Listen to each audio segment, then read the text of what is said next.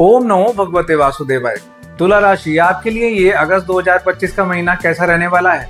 आपकी फाइनेंस की स्थिति कैसी रहेगी? आपके परिवार का माहौल कैसा रहेगा? और यदि आप स्टूडेंट हैं तो पढ़ाई की स्थिति कैसी रहेगी? आपकी लव लाइफ की स्थिति कैसी रहेगी? और वैवाहिक जीवन की स्थिति कैसी रहेगी? यदि आप नौकरी पेशा हैं तो नौकरी के हालात कैसे रहेंगे? और यदि आप व्यवसायी हैं तो व्यापार की स्थिति कैसी रहेगी? इन्हीं सारे बिंदुओं पर बहुत ही विश्लेषण के साथ चर्चा करते हुए बताएंगे आपको अगस्त महीने का राशिफल। इस कार्यक्रम को आप पूरा और अंत तक देखिए, क्योंकि इस कार्यक्रम के अंत में हम आपके लिए एक प्रभावशाली उपाय और रेमेडी भी बताएंगे, जिसके करने से कहीं ना कहीं आपको लाभ और सफलता के योग बनेंगे। प्रिय साथियों, मैं आपका साथी ज्योतिषाचार्य अतुल रोहेला आज के इस कार्यक्रम में आपका हार्दिक स्वागत और अभिनंदन करता हूँ। एक अनुरोध आपसे, यदि अभी तक भी आपने हमारा YouTube चैनल सब्सक्राइब नहीं किया है तो हमारा YouTube चैनल सब्सक्राइब करें और नोटिफिकेशन बेल प्रेस करें, जिससे आपको हमारे आने वाले कार्यक्रमों के नोटिफिकेशन मिल पाए और ज्योतिष विज्ञान के इस ज्ञान का आप लाभ ले पाए।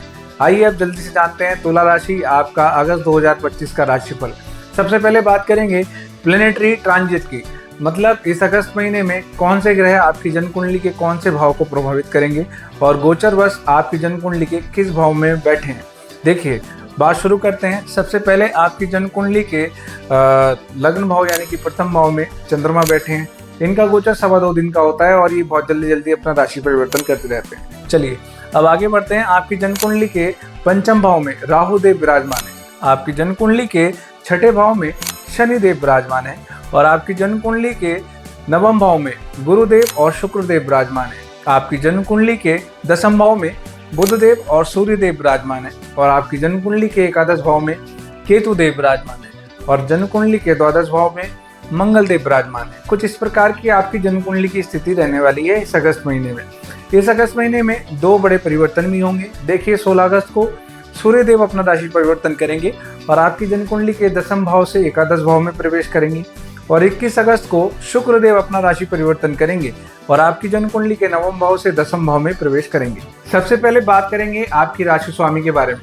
तुला राशि और आपके राशि स्वामी है शुक्रदेव, जो वर्तमान परिस्थिति में आपकी जन्म कुंडली के नवम भाव में विराजमान है और साथ में गुरुदेव विराजमान है और गुरुदेव की पंचम दृष्टि आपके लग्न भाव यानी कि प्रथम भाव पर भी है। तो देखिए, कहीं ना कहीं गुरुदेव का आशीर्वाद भी आपको मिल रहा है और आपके राशि स्वामी की जो शुभ स्थिति है नवम भाव में, वो आपको इस अगस्त महीने में मजबूत सपोर्ट करती हुई दिखाई देगी और कहीं ना कहीं भाग्य का भी आपको मजबूत साथ मिलता हुआ दिखाई देगा।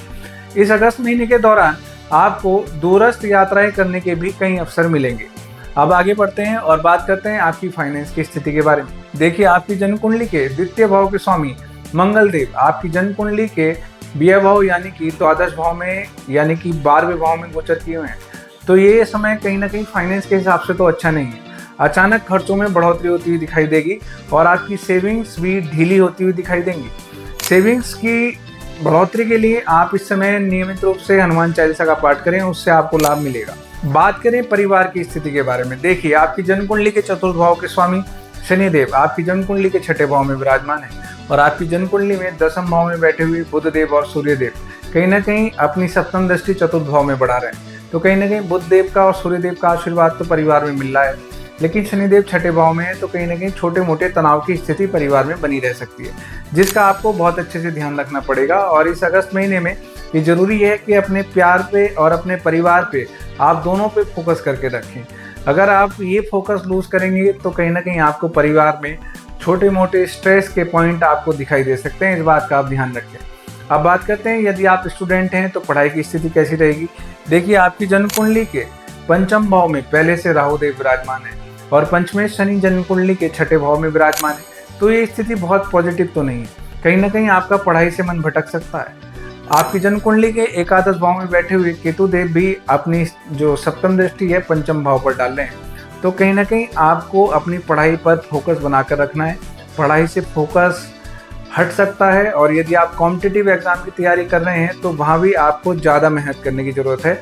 आपका लूज फोकस या ब्लर फोकस कहीं ना कहीं आपको कॉम्पिटिटिव एग्जाम में भी पीछे धकेल सकता है और कहीं ना कहीं असफलता देखने को मिल सकती है।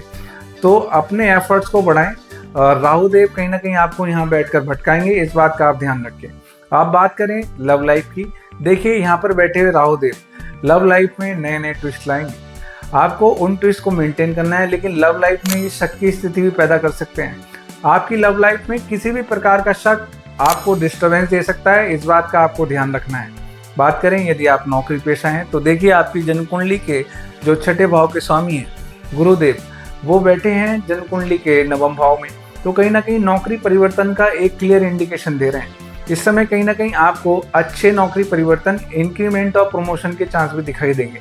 शनिदेव यहाँ पर विराजमान है, तो शनिदेव कहीं ना कहीं आपसे आपकी नौकरी के कार्य क्षेत्र में बहुत कड़ी मेहनत करवाएंगे और उस कड़ी मेहनत का ही परिणाम होगा कि आपको प्रमोशन और इंक्रीमेंट ऐसे योग बनते हुए इस अगस्त महीने में दिखाई देंगे।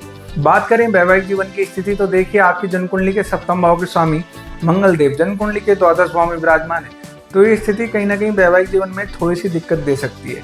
तो कहीं ना कहीं जीवन साथी को समझिए, उन्हें समय दीजिए और किसी भी प्रकार का गुस्सा या ईर्ष्या करना आपको समस्या दे सकता है, क्योंकि मंगल देव की जो सप्तम दृष्टि है छठे भाव पर है और अष्टम दृष्टि सप्तम भाव पर भी आ रही है। तो गुस्सा करना कहीं ना कहीं वैवाहिक जीवन में स्ट्रेस बना सकता है, दिक्कतें कर सकता है, इस बात का आपको ध्यान रखना है। दूसरी बात, यदि आप व्यवसायी हैं तो देखिए व्यवसाय में भी आपको इस समय में सोच समझ कर निर्णय लेने हैं। आपके खर्चों में अचानक बढ़ोतरी देखने को मिल सकती है, इस बात का आपको ध्यान रखना है। कोई भी नया एग्रीमेंट, कोई भी नई डील, व्यापार में कोई भी नई शुरुआत इस समय बिना सोचे समझे ना करें, नहीं तो आपको नुकसान देखने को मिल सकता है, इस बात का आप ध्यान रखें। अब बात करते हैं आपको इस महीने में भाग्य का कितना मजबूत साथ मिलता हुआ दिखाई देगा। देखिए आपकी जन्म कुंडली के नवम भाव के स्वामी बुध देव जन्म कुंडली के दसम भाव में विराजमान है, तो कहीं ना कहीं कार्य क्षेत्र में भाग्य का तो मजबूत साथ मिल रहा है और साथ में सूर्यदेव जो एकादश भाव के स्वामी हैं वो भी कर्म भाव में बैठे हैं। तो कुल मिलाकर भाग्य का साथ मजबूत मिलेगा, कार्य क्षेत्र में अच्छे से आप प्रदर्शन करते हुए दिखाई देंगे। लेकिन कुछ चैलेंजेस भी हैं जिनकी चर्चा हमने आज के इस राशिफल में की है, उनका आपको बहुत बारीकी से ध्यान रखकर चलना है।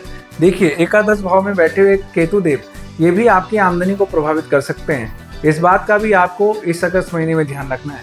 अब बात करते हैं वो कौन सा उपाय या रेमेडी जो आपको करना चाहिए इस अगस्त महीने में, जिसके करने से कहीं ना कहीं आपको लाभ और सफलता के योग बने। देखिए आपको प्रत्येक शुक्रवार माँ लक्ष्मी जी की पूजा करनी है और साथ ही लक्ष्मी नारायण जी की भी पूजा करनी है। अगर आपके आसपास कोई लक्ष्मी नारायण जी का मंदिर है तो वहाँ जाएं, बृहस्पतिवार शुक्रवार उनकी पूजा करें और शुक्रवार को सफ़ेद रंग के वस्त्र धारण करें। ऐसा करना कहीं ना कहीं आपके लिए अगस्त माह में लाभकारी रहेगा। प्रिय साथियों, आज के इस कार्यक्रम में इतना ही। ये कार्यक्रम आपको कैसा लगा हमें कमेंट के माध्यम से जरूर बताइए और यदि ये कार्यक्रम आपको अच्छा लगा हो तो इसे लाइक शेयर करना ना भूलें। और यदि अभी तक भी आपने हमारा YouTube चैनल सब्सक्राइब नहीं किया है तो हमारा YouTube चैनल सब्सक्राइब करें और नोटिफिकेशन बेल प्रेस करें, जिससे आपको हमारे आने वाले कार्यक्रमों के नोटिफिकेशन मिल पाएँ और ज्योतिष विज्ञान के इस ज्ञान का आप लाभ ले पाएँ। आज के इस कार्यक्रम में हमारे साथ बने रहने के लिए आपका हृदय तल से बहुत बहुत धन्यवाद, आभार, प्रणाम और नमस्कार साथियों।